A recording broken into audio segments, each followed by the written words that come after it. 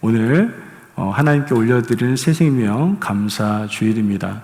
오늘 이 예배를 통해서 하나님께서 영광 받으시기를 간절히 바랍니다. 아멘.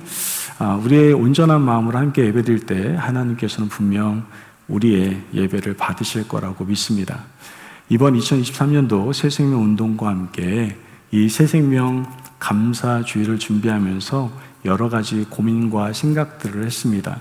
매년마다 주제가 있었고 그 주제에 따른 어떠한 나타냄, 보여지는 부분들을 통해서 하나님께 예배드리고 영광 돌렸던 부분이 있었던 터라 이번에는 어떻게 우리가 이 새생명 감사 주일 예배를 드려야 될까에 대해서 많은 고민을 했습니다. 근데 생각 밖으로 특별히 머릿속에 떠오르는 것도 없고 또 적극적으로 뭔가 어떤 발표회를 준비한다거나 어떤 걸 한다라는 것 자체가 그렇게 마음에 큰 감동이 오지를 않았습니다. 그래서 도대체 왜 그럴까 고민을 하던 중에 이번 새생명 운동은 다른 포커스보다도 여기에 포커스가 가 있구나라는 것을 깨달을 수가 있었습니다. 그것은 바로 우리 자신에 대한 영적 각성 운동이었습니다. 과연 우리 스스로가 정말 복음의 증인으로 온전히 서 있는가에 대한 질문과 함께 오늘 이 예배가 우리 자신을 한번 되돌아보는 시간이 되면 참 좋겠다라는 생각을 제가 가지면서 예배를 기획을 하게 되었습니다. 그래서 아까 본 영상, 꽤 긴 영상이죠. 저는 보통 영상을 한 3분 안쪽으로 만드는 게 원칙인데 저희가 워낙에 한 해 동안 하나님께서 부어주시는 은혜가 많다 보니까 이것저것 정리해 보니까 한 5분 정도가 나오더라고요. 그걸 보면서 또 우리가 성배열 예배 때 하나님께서 부어주셨던 그 은혜를 다시 한번 되새기기 위해서 축시를 들으면서 한번 우리 스스로를 또한 우리의 교회의 모습을 한번 되돌아보는 시간을 이 시간에 가지면 참 좋겠다라는 생각을 해보게 되었습니다. 그래서 오늘 말씀은 그냥 서브 타이틀로요. 복음의 증인이 메인이지만 서브 타이틀로 돌아봄이라고 정하면 좋을 것 같습니다. 오늘 주님께서 자신을 따르는 많은 사람들에게 주신 말씀이 있습니다. 이게 안 믿는 사람이 아니고 따르는 사람들이거든요. 그 사람에게 주신 말씀이 다른 말씀이 아니에요. 복음의 증인으로 살아가는 모습에 대해서 말씀을 하고 있습니다. 이 모습은 어떻게 보면 우리에게 이렇게 살아가는 모습이 복음의 증인에게 있다라는 걸 말하는 동시에 너 지금 복음의 증인이지? 너 그런 모습으로 살아가고 있니? 라고 말씀하고 계시는 하나님의 음성으로 들어야 될 줄을 믿습니다. 아멘. 오늘 예수님께서 말씀하시는 복음의 증인의 모습을 통해서 우리의 마음 가운데 질문하시는 4가지에 대해서 함께 묵상해 보고자 합니다. 첫째, 이러한 질문입니다. 한번 같이 그 질문을 읽어볼까요? 누구보다도 예수님을 더 사랑하고 있습니까? 여러분, 이 질문을 여러분 스스로에게 한번 해보셨으면 좋겠습니다. 그 누구보다도 과연 나는 예수님을 더욱 사랑하고 있는가?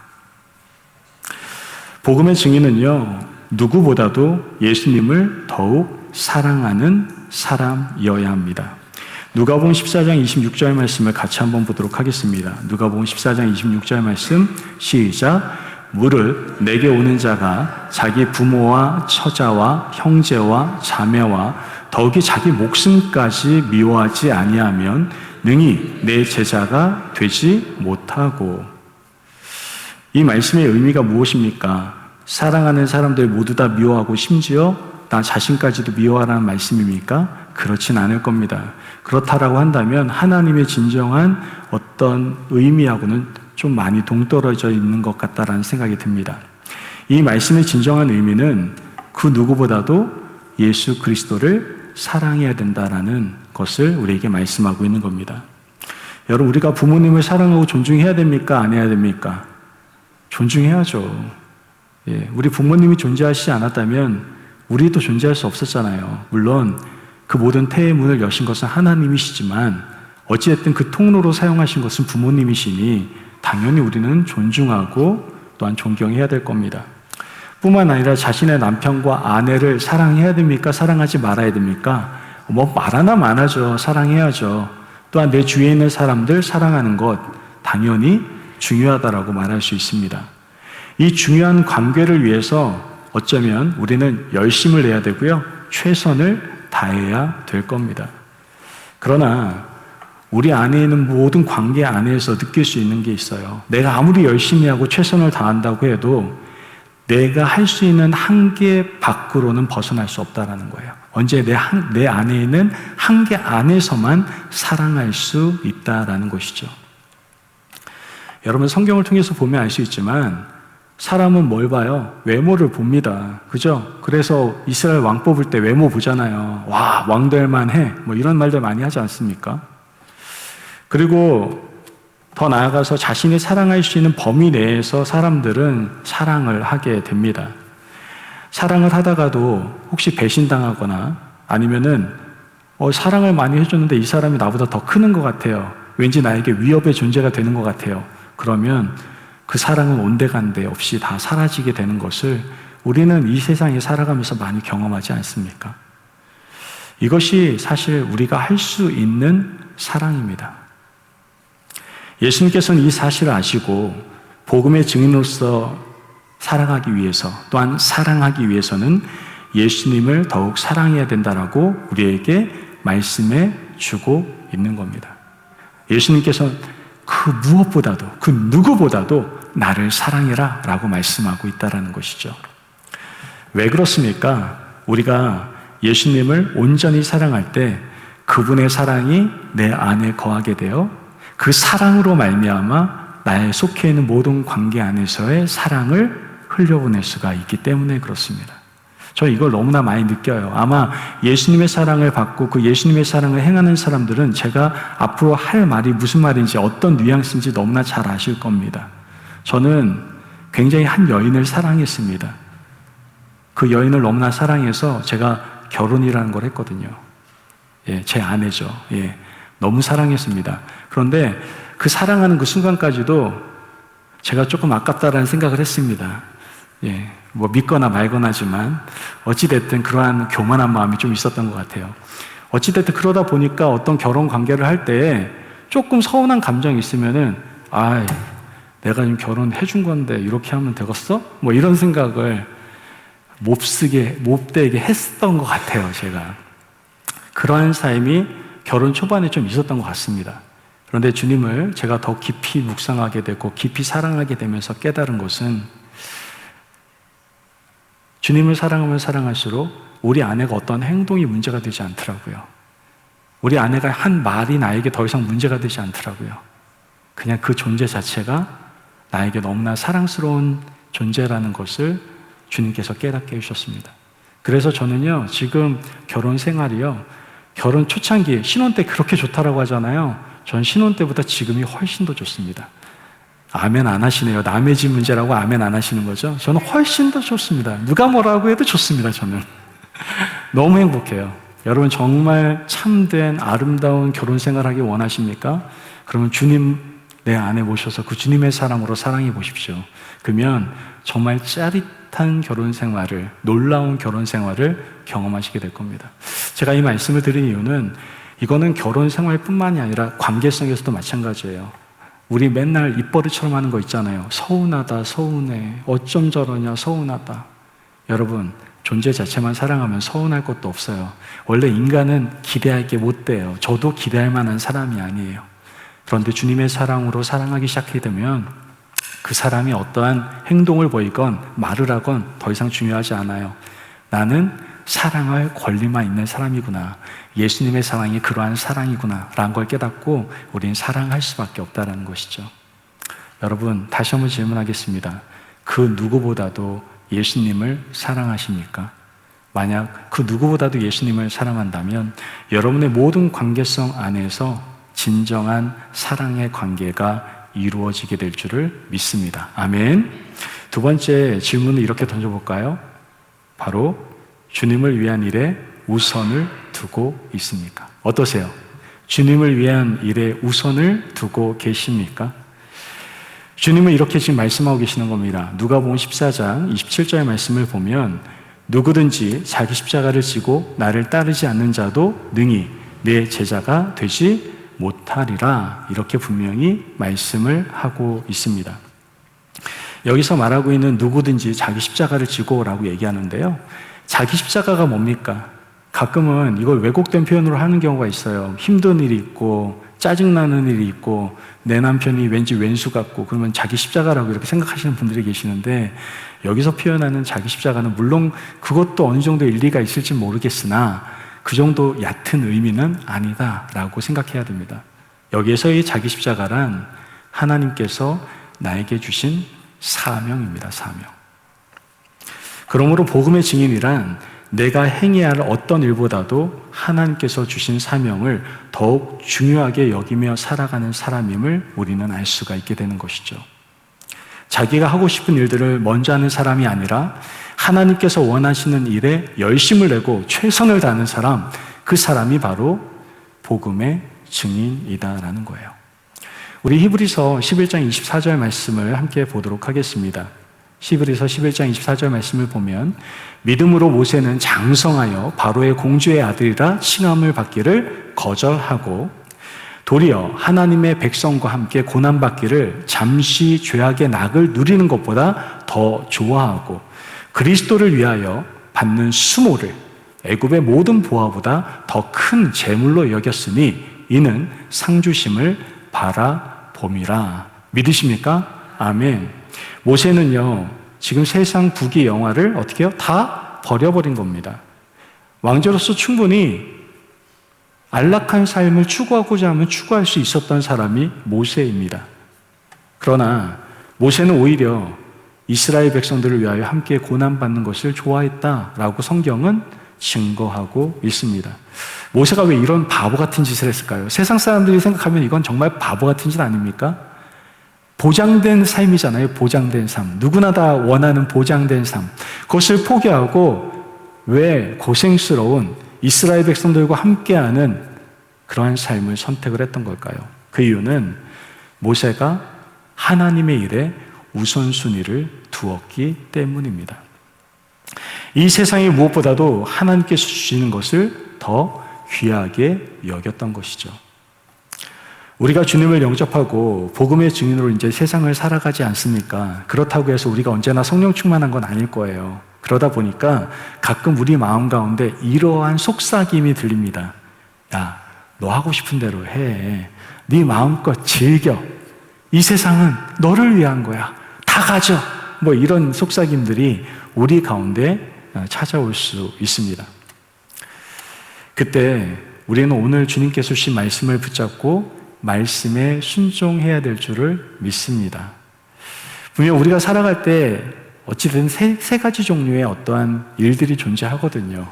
절대로 해서는 안 되는 일, 그냥 뭐 하나마나한 일, 그리고 반드시 해야 할 일. 이렇게 한 세 가지 일들이 존재하고 있거든요. 복음의 증인은 절대 해서는 안 되는 일, 또 하나마나한 일에는 손도 대지 말아야 됩니다. 오히려 반드시 해야 할 일에만 관심을 가져야 된다는 것이죠. 복음의 증인에게 있어서 반드시 해야 할 일은 무엇입니까? 바로 하나님께서 우리 각자에게 허락하신 사명입니다. 하나님께서 허락하신 사명과 꿈, 그리고 비전을 향해서 살아가는 사람들, 그 사람들이 바로 복음의 증인이다라는 것이죠. 성경은 분명히 얘기합니다. 묵시가 없기 때문에 백성들이 방자히 행한다고. 이 말이 뭡니까? 하나님께 주신 사명, 그 비전대로 살아가지 않으면 여러분의 삶은 방탕하고 좌초될 수밖에 없다는 것을 우리에게 말씀해 주고 있는 겁니다. 저는 여러분이 다 승리하는 삶, 세상 말로 하면 성공하는 삶을 사시기를 간절히 바랍니다. 이를 위해서는 내가 반드시 해야 할 일, 하나님의 사명이 무엇인지를 반드시 기억하시고 그 사명을 누가 뭐라고 하든 이루어 나아갈 수 있는 저와 여러분이 되시길 주님의 이름으로 축복합니다. 아멘. 세 번째, 이러한 질문을 내 스스로에게 던져야 됩니다. 모든 소유권을 과연 주님께 이양을 하고 있는가? 여러분이 가지고 있는 모든 소유권을 다 하나님께, 주님께 이양하고 있으십니까? 누가복음 14장 33절 말씀을 함께 보면요, 누가복음 14장 33절 말씀에 이와 같이 너희 중에 누구든지 자기의 모든 소유를 버리지 아니하면 능히 내 제자가 되지 못하리라. 내게 있는 모든 것의 소유권을 주님께 이양해 드리는 사람, 그 사람이 바로 복음의 증인입니다. 나의 생명, 나의 물질, 나의 재능, 나의 시간, 이 모든 것들, 내 안에 속해 있는 모든 소유권을 주님께 있음을 인정하고 그렇게 살아가는 믿음의 사람이 바로 복음의 증인이다라는 것이죠. 사실 대부분의 믿음의 사람들이 모든 소유권을 주님께 이양하는 그러한 차원의 삶을 살아가지 못하기 때문에 예수님 안에서 누려야 될 그 엄청난 놀라운 은혜를 누리지 못하고 살아가는 사람들이 많습니다. 우리는 자꾸만 세상에서 많은 것들을 소유하려고 지금도 애쓰고 있습니다. 좋은 남편 만나야지, 좋은 아내 만나야지, 좋은 차 사야지, 좋은 집 사야지, 또한 좋은 직장을 얻어야지, 내가 내 건강 잘 지켜야지, 내가 더 많은 지식을 쌓아야지, 더 많은 경력을 누려야지. 여러분의 여러 가지 개인 소유 목록을 수많이 적어 내려가면서 그 재미로 살아가는 사람들이 있습니다.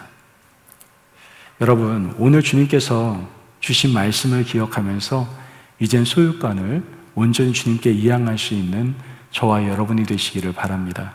이렇게 고백합시다. 나의 모든 것이 나의 것이 아닙니다. 나의 모든 것은 다 누구의 거예요? 주님의 것입니다. 주님께서 주신 것이고 주님의 것이니 주님께서 다시 가져갈 수도 있을 겁니다. 다 주님의 것입니다. 이렇게 고백할 수 있는 저와 여러분이 되시기를 바랍니다. 이 진리를 붙잡을 때 우리는 우리 안에 있는 모든 소유권을 온전히 주님께 이양할 수 있는 복된 삶을 살게 될 줄을 믿습니다. 아멘. 여기서 보너스 하나. 다 드리고 나면 나에게 남는 게 뭐가 있어요? 진짜 하나님 모르시는 분들이에요. 내가 모든 것을 이양할 때 하나님은 사랑하는 모든 자에게 자신의 모든 것을 어떻게 해요? 내어 주시길 원하신다라고 얘기하세요. 그 깊고 넓고 정말 우리가 측량할 수 없는 그 놀라운 은혜는 가늠도 안 돼요. 그 은혜를 누리시길 원한다면 오늘 즉시 자신의 모든 소유권을 주님께 이양할 수 있는 저와 여러분이 되시기를 바랍니다. 아멘. 마지막으로 이러한 질문을 던지겠습니다. 이거 정말 중요한데요. 자, 중요하니까 따라해 볼게요. 과연, 저를 따라하세요. 과연 영향력을 미치는 사람인가? 자신에게 질문을 던져보는 겁니다. 과연 나는 영향력을 미치는 사람인가? 물론 영향력은 다 미치고 있습니다. 여러분이 살아서 숨쉬는 순간순간마다 또한 살아있는 한 여러분 수많은 사람들에게 영향을 미치실 겁니다. 그런데 그 영향력도 퀄리티가 달라요. 어떤 사람은 선한 영향력을 끼치는 반면에 어떤 사람은 악한 영향력을 끼칠 수도 있다라는 것이죠. 누가복음 14장 34절에 35절 말씀을 같이 한번 읽어보도록 하겠습니다. 34절, 35절 시작. 소금이 좋은 것이나 소금도 만일 그 맛을 잃으면 무엇으로 짜게 하리요? 땅에도 거름에도 쓸데없어 내버리느니라. 들을 귀가 있는 자는 들을지어다 하시니라. 아멘.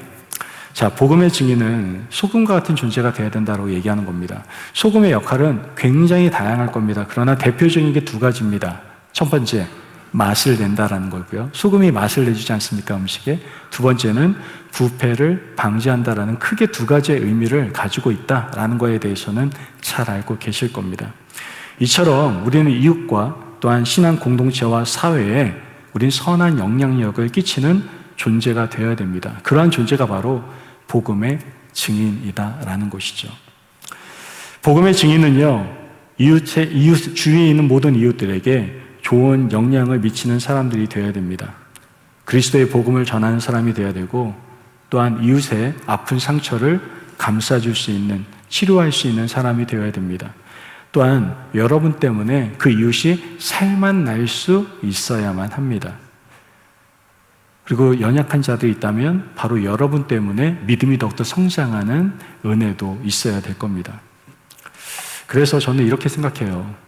복음의 사명을 가지고 살아갈 때 전도지는 따로 있다라고 생각하지 않습니다. 우리가 물론 전도를 하러 갈 때 전도지를 가지고 가지만 그것은 하나의 도구일 뿐, 진정한 전도지는 바로 복음의 증인인 바로 우리 자신이다라는 것에 대해서 우리는 분명히 기억해야 된다라는 것이죠.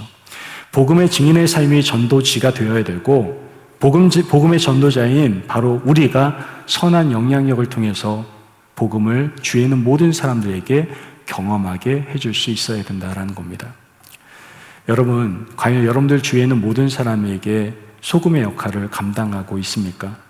복음의 증인으로서 영향력을 흘려보내고 정말 갈증 속에 살아가고 있는 그들에게, 그 목마름 속에 있는 사람들에게 생수를 건네주고 계십니까? 저는 우리가 선한 영향력을 많이 끼쳤으면 좋겠어요. 오히려 아름다운 전도지가 되지 못해서 내가 저 사람 때문에 교회 안 나가, 내가 저 사람 때문에 믿음 생활 안 해 라는 그런 안타까운 일이 없기를 원합니다. 내가 저 사람 때문에 예수님이 너무나 궁금해. 저 사람 도대체 어떻게 살아가기에 내가 저렇게 살아가지? 나 한번 저 사람이 믿는 하나님이 누군지 좀 알아봐야 되겠어 라는 선한 영향력, 그 생수에 대한 갈급함이 있는 자들에게 생수를 소개할 수 있는 복음의 증인, 그 사람이 바로 저와 여러분이 되시길 주님의 이름으로 축복합니다. 아멘. 여러분, 목회자가 자주 이렇게 가게 되는 곳이 여러 군데가 있는데요, 특히 한 군데가 어디냐면은 장례식장입니다. 이 고인 되신 분들을 보면은 공통점이 한 가지가 있습니다. 마지막에 우리가 장례 집례를 가게 되 보면은 마지막에 비응하지 않습니까? 이렇게 인사를 드리면서 유족들에게 위로를 전하고 나오게 되는데, 이렇게 관 속에 누워 계시는 고인들을 보면 다 하나같이 그 얼굴이 어디를 향하고 있어요? 하늘을 향하고 있더라라는 거예요. 절대로 엎드려 계신 분은 제가 한 번도 본 적이 없습니다. 다 하늘을 바라보고 계시더라고요. 여러분, 인간은 언젠가 어디를 바라봐야 될 존재라는 거 알고 있는 거예요? 가야 될 본향을 알고 있어요. 누구나 다. 세상에 있는 사람들도 알고 있는 겁니다. 이 땅에 살아갈 때는 그냥 앞만 바라보고 가고 그냥 땅만 바라보고 가는데, 알고 보면 언젠가 우리는 다 하나님을 바라보는, 하늘나라를 바라보는 사람이 우리의 목적이다라는 것이죠. 그러므로 여러분, 우리는 절대 진리를 망각하며 살아가면 안 됩니다. 늘 하나님을 먼저 바라보셔야 돼요. 스스로 질문을 던지며 우리 과연 내가 복음의 증인으로 살아가고 있는가 한번 생각해 보실 수 있는 저와 여러분이 되시기를 바랍니다. 복음의 증인이 아닌 자가 소유한 물질은요, 결국 세상을 부패하게 만들 겁니다. 복음의 증인이 아닌 소유한 권력을 가진 사람들은 수많은 사람들에게 상처를 입히고 아픔을 가져다 줄 겁니다. 복음의 증인이 아닌 자기 소유한 지식을 가진 사람들은 수많은 사람들에게 더 어려움을 가져다 줄 겁니다. 그러므로 복음의 증인으로 살아가기 위해서 날마다 예수님께 나아가 예수님께 배우시기를 바랍니다. 예수님의 모습을 철저히 닮아가면서 성령님의 도우심을 사모하시기를 바랍니다. 그때 하나님께서 언제나 우리에게 말씀하실 겁니다. 너희는 먼저 그의 나라와 그의 의를 구하면 안 되겠니? 그러면 내가 이 모든 것을 너희에게 줄게. 여러분이 바로 복음의 증인이십니까? 그렇다면 복음의 증인답게 살아가실 수 있는 저와 여러분이 되시길 주님의 이름으로 축복합니다. 아멘.